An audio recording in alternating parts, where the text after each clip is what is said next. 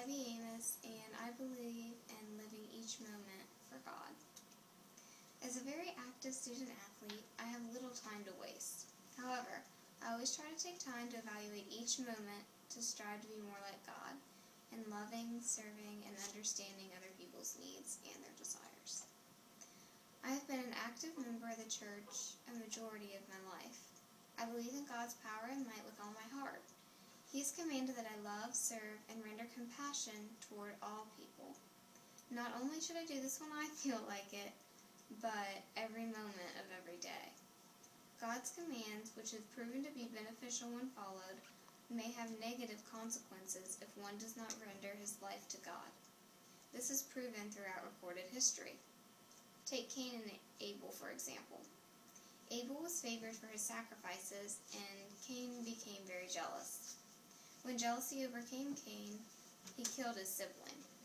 Because of this act, negative consequences were experienced by him, as well as his descendants. However, other historical recordings, such as the book of Daniel, convey what can happen when each moment is lived for God. Daniel followed God even if death was a consequence. Because of this, Daniel lived a blessed life. A simple example where doing his will caused me to experience a positive consequence was when I turned in a sum of lost money. Because of my action, I was given a token of appreciation. However, on the other hand, I've also experienced negative consequences for ungodly conduct. I'm still having trouble with my foot after being prideful of my athletic ability. In my professional life, living each moment for God has also been necessary. It's allowed me to receive job offerings and even awards during my college years.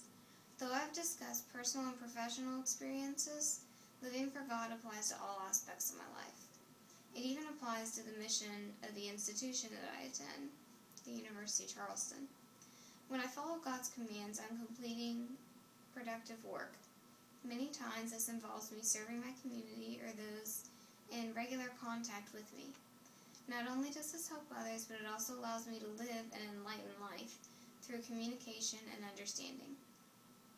Living each moment for God has been instilled within me since I was young, but I see how it applies in different capacities as I grow older.